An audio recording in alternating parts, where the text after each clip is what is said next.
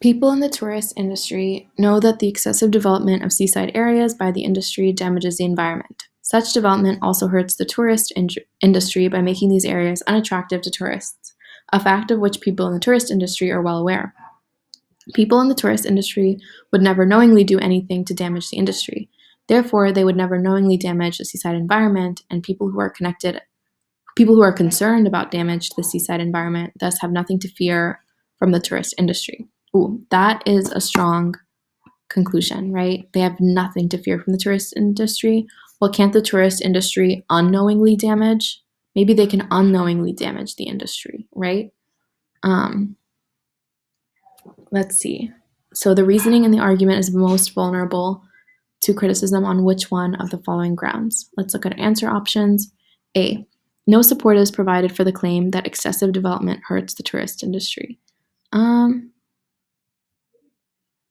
No, because they say why, right? They say such development hurts the industry by making these areas unattractive to tourists, right? They do give support for that claim. So let's cross out A.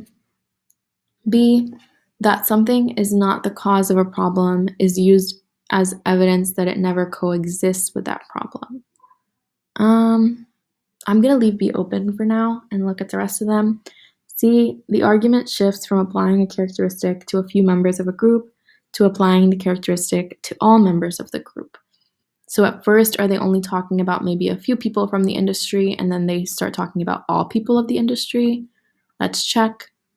I think the whole time through, they're talking about people in the tourist industry in general, right? That's what they mention here. People in the tourist industry, tourist industry, right? The whole time they're talking about pretty much all members of the group or the group as a generalization. So I don't think they ever shift from talking about just a few people to talking about everyone in a certain group. So let's look at D. The possibility that the tourist industry would unintentionally harm the environment is ignored.